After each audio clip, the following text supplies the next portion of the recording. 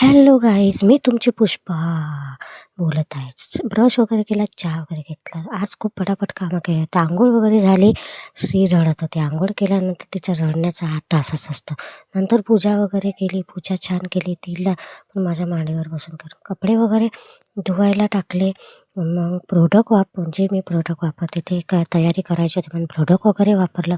नंतर आपले धन्नो काढले. टिफिन लटकवला, चाबी लावली आणि आपले धन्नो काढून टिफिन नेऊन द्यायला लागले. कारण का काल आम्ही नागपूरला गेलो, त्यामुळे उशीर झाला होता. गेट बंद होता, थोडा वेळ लागला. नंतर तिकडून आले, खाऊ आणला श्रीसाठी. जेवण वगैरे केलं. श्रीला खाऊ दिला, ब्रेड पकोडा तिला आवडतो. आणि मग जेवण वगैरे केलं. नंतर सायंकाळ झाली. तिचे पप्पा आले ड्युटीवरून आम्हाला हॉस्पिटलला. तर माझा चुलत दीराला मुलगा झाला होता, तो त्याला बघायला जात होता. जातानाच मग मी भाजीपालासुद्धा घेऊन घेतला, कारण का हा बाजार होता आमच्या गावातला.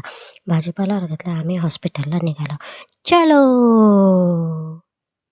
अशा करता करता